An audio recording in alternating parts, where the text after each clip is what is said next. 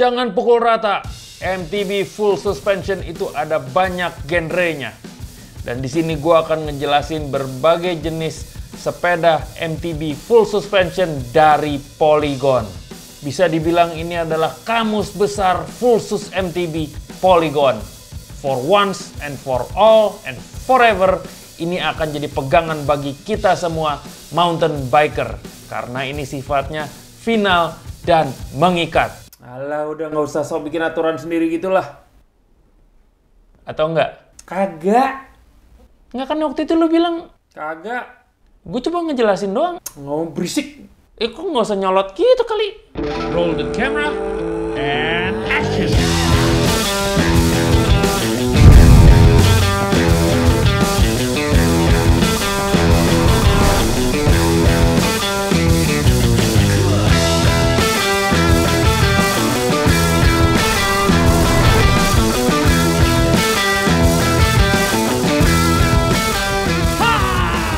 Let's do this! Rock and roll!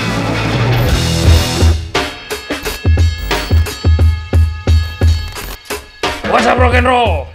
Yes, ini adalah kamus besar full sus MTB-nya Polygon. Tapi sebelum ke situ, mending jelasin dulu nih. Karena MTB itu pengetahuan basicnya, pengetahuan umumnya harus jelas dulu.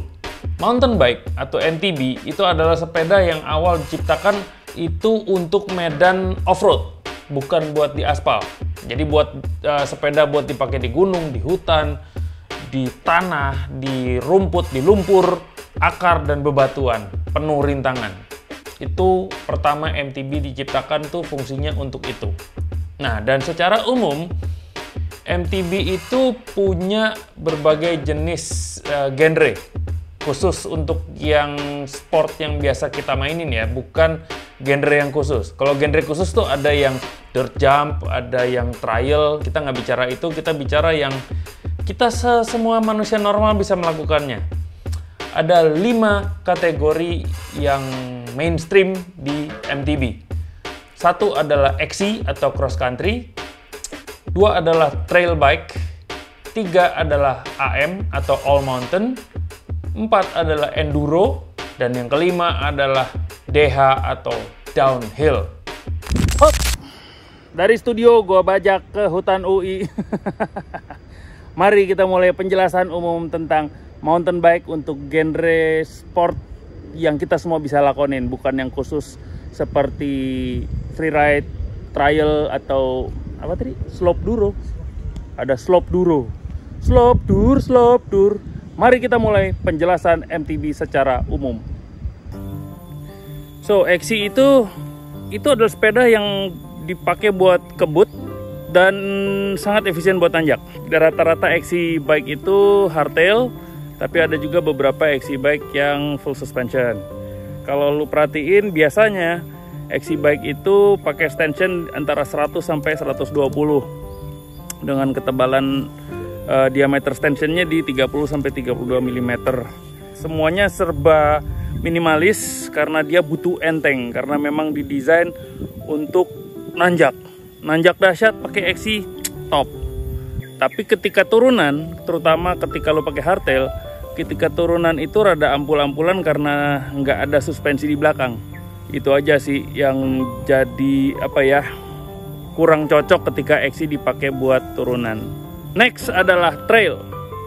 Bicara sepeda trail itu diperuntukkan sebenarnya untuk turunan, tapi dia masih sangat nikmat untuk dipakai tanjakan. Dia adalah sepeda yang paling imbang antara turunan dan tanjakan. Rata-rata extensionnya di 140 sampai 160 atau 150 deh.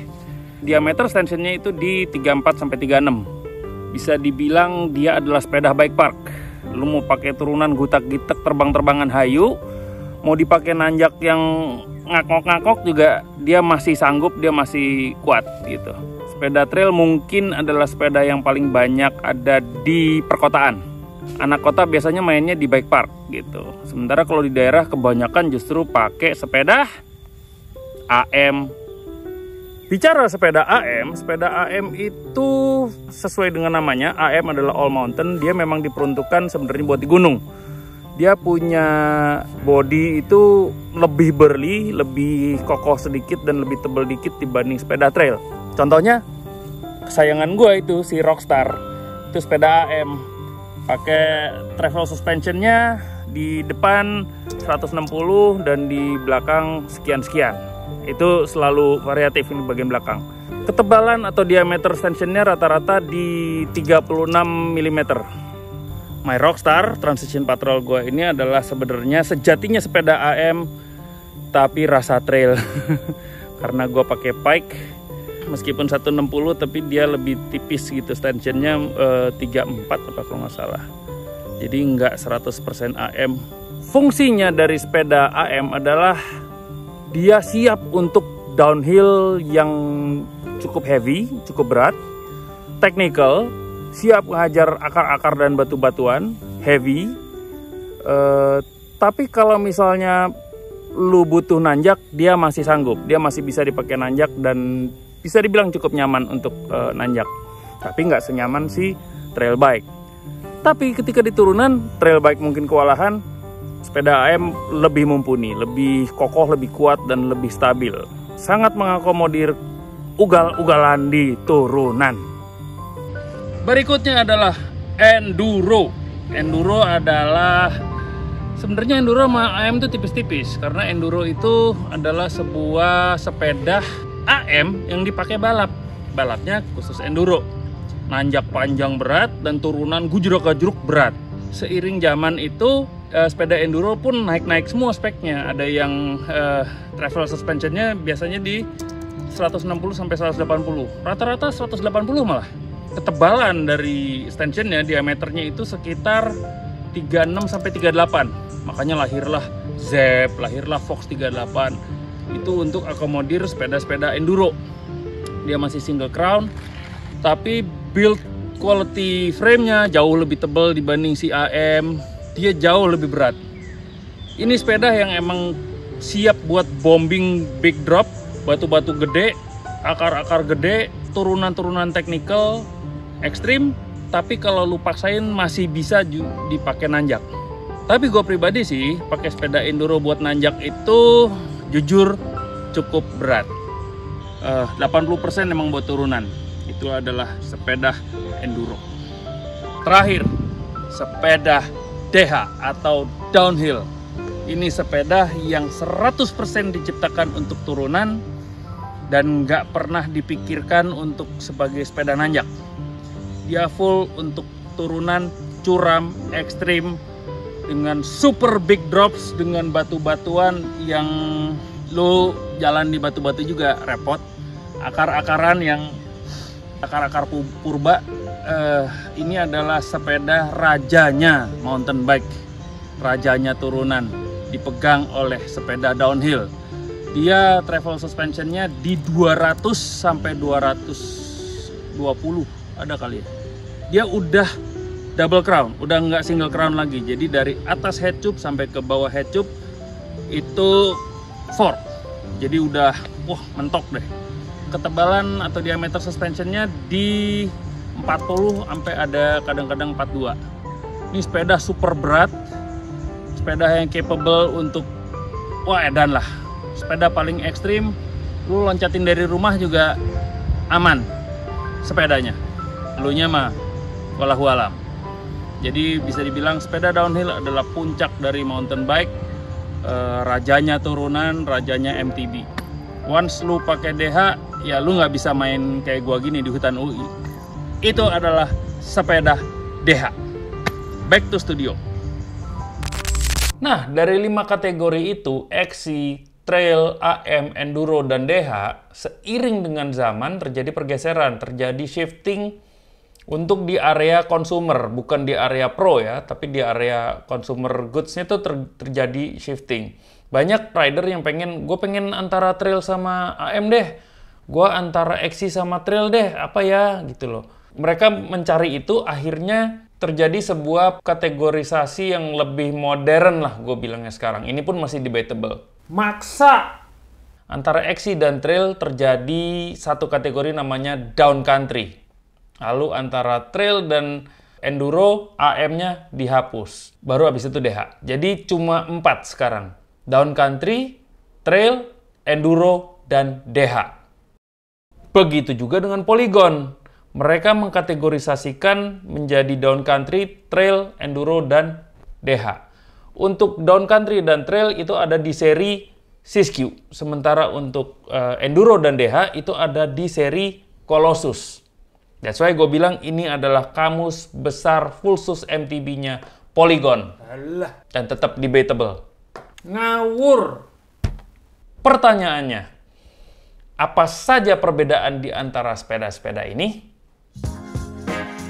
Siskiyou D. Siskiyou D dari Polygon adalah kategori down country. Biasa disebut juga sebagai XC Trail. Ini adalah jenis MTB XC Fulsus dari Polygon yang didesain sengaja untuk efisien dan ringan untuk climbing, tapi masih menyenangkan untuk dipakai downhill ringan. Cocok banget buat dipakai jalan jauh, menjelajah jalur-jalur off-road dengan variasi tanjakan dan turunan yang beragam. Siskiyou D dari Polygon itu ada beberapa tipe, yaitu D5, D6, D7, dan DSE. Itu mereka rata-rata hub spacing atau dropout spacingnya itu udah di boost, yaitu 12 x 148, kecuali D5 yang masih 12 x 142. Ini yang menurut gua paling ringan deh untuk sebuah XC Trail atau sebuah down country. Polygon sendiri mematok travel suspensionnya Siskiyou D itu di 120 mm, praktis, masih ringan, tapi cukup kokoh, apalagi digabung sama frame yang lebih tebal dibanding XC hardtail mereka yang lain. Ada Xstrada, ada Syncline. Jadi ini emang lebih berat sedikit, tapi lebih kokoh, enak buat turunan. Nakal-nakal sedikit, drop-drop kecil oke kali ya, masih nyantai, jangan kedengeran Polygon. Geometrinya cukup progresif karena efektif seat angle dia di 75,5 sampai 76 derajat, sementara head tube angle-nya itu di 67 derajat, nggak terlalu tegak. Seat tube-nya cukup tegak. Otomatis ini bikin pedaling jadi lebih nyaman. Dengan seat tube angle 76 itu sangat nyaman buat pedaling. Sementara untuk turunan, karena dia nggak terlalu tegak, dia cukup rebah untuk sebuah XC, jadi nggak terlalu nungging, akhirnya nggak jadi gampang nyungsep. Satu lagi yang penting, yaitu wheelbase. Wheelbase dia di range 1157 sampai 1165 mm. Tidak terlalu panjang, yang artinya apa? Membuat sepeda ini menjadi lincah. Kebetulan gue pernah pakai D, seri D. Itu XC tuh. Itu enak banget buat nanjak juga tuh, karena head angle-nya juga beda sama T gitu ya. Dia lebih tegak. Tapi turunannya juga masih enak. Nah, jadi D itu masih, justru buat gue D itu tengah-tengah antara XC sama trail gitu. Kalau D gue bilang sih justru lebih imbang gitu antara mau tanjakan atau mau turunan. Dan frame dia lebih ramping, apalagi kalau bannya lebih tipis juga enteng banget. Ini adalah sepeda yang bisa dibilang tukang nanjak yang efisien dan dibawa turunan menyenangkan, and yet ketika digutak-gitak masih sangat lincah. Berikutnya adalah Siskiyou T. T ini artinya trail bike. Ini adalah sepeda paling all-rounder, paling serba bisa, paling serba guna. Nggak nguras tenaga untuk dipakai nanjak, tapi yang pasti dia sangat nikmat untuk dipakai turunan gaspol dan technical yang medium. Nggak terlalu technical yang gutak-gitak.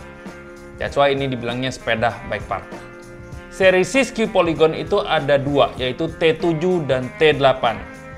Dua-duanya dropout spacing atau hub spacingnya sudah boost, yaitu di 12,148. Stabil. Siskiyou T itu memakai standar travel suspension di 150 mm dengan travel suspensi belakang di 140 mm. Ini sweet spot sepeda yang sangat playful. Geometrinya juga lebih stabil dengan efektif seat tube angle di 76,5, enak banget buat pedaling, sementara head tube angle-nya di 65 derajat.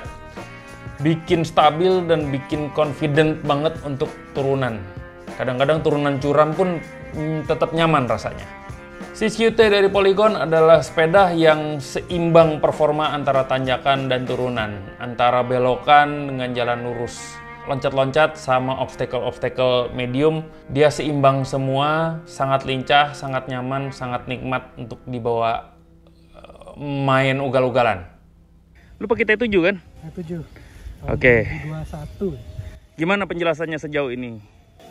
Ya ini my first real bike ya, real mountain bike. Sebelumnya kan pakai yang ya seperti semua orang pakai hardtail, XC, nggak tahu apa itu turunan atau tanjakan, pokoknya pakai aja, goes aja gitu. Nah pas sudah mulai ngerti, oh turunan tuh tekniknya begini, tekniknya begitu, rada nggak kekejar kalau pakai XC.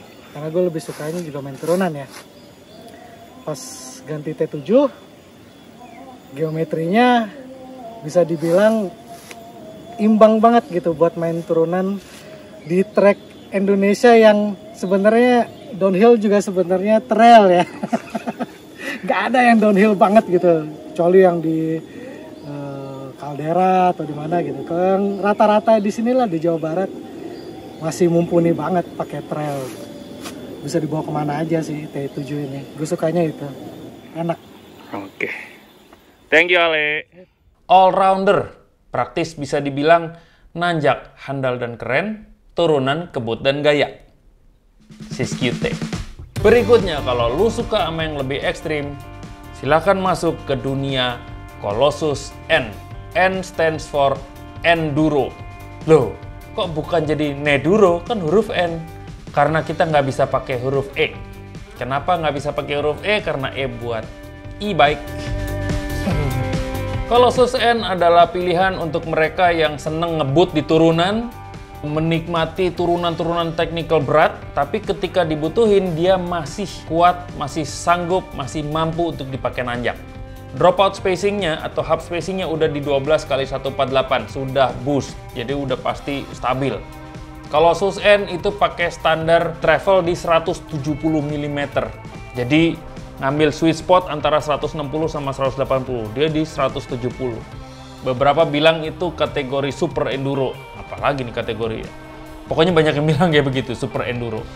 Dengan travel 170 sangat memadai buat kita bermain di ajrut-ajrutan technical dan ekstrim, drop-drop gede, ready 100%. Geometrinya progresif pisan men, itu efektif seat tube angle di 77 derajat. Enak banget, ergonomis banget buat pedaling. Tapi si head tube angle di 63,5 derajat. Sangat rebah. Wheelbase-nya di 1242 mm. Cukup panjang. Ini otomatis sepeda menjadi kokoh, stabil di medan yang ekstrim, technical. Rebah itu bikin confident. Turunan jadi jauh lebih ngebut, lebih nimble, lebih jejak tanah.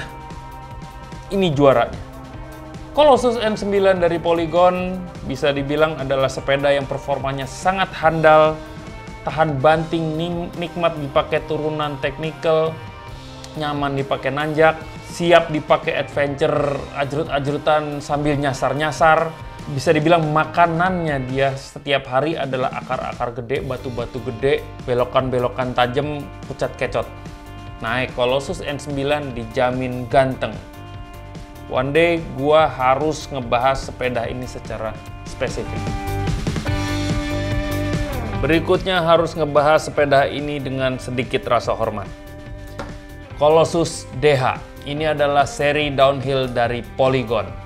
Ini adalah rajanya turunan, rajanya puncak MTB di seri full sus Polygon.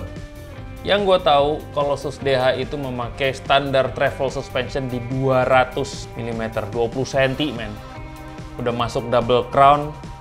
Ini sepeda yang emang didesain specifically untuk ajrut-ajrutan di medan yang sangat ekstrim, curam technical, di area akar dan batu yang bahkan lu jalan aja ribet, susah banget, harus manjat-manjat, loncat-loncat di drop jump yang super besar.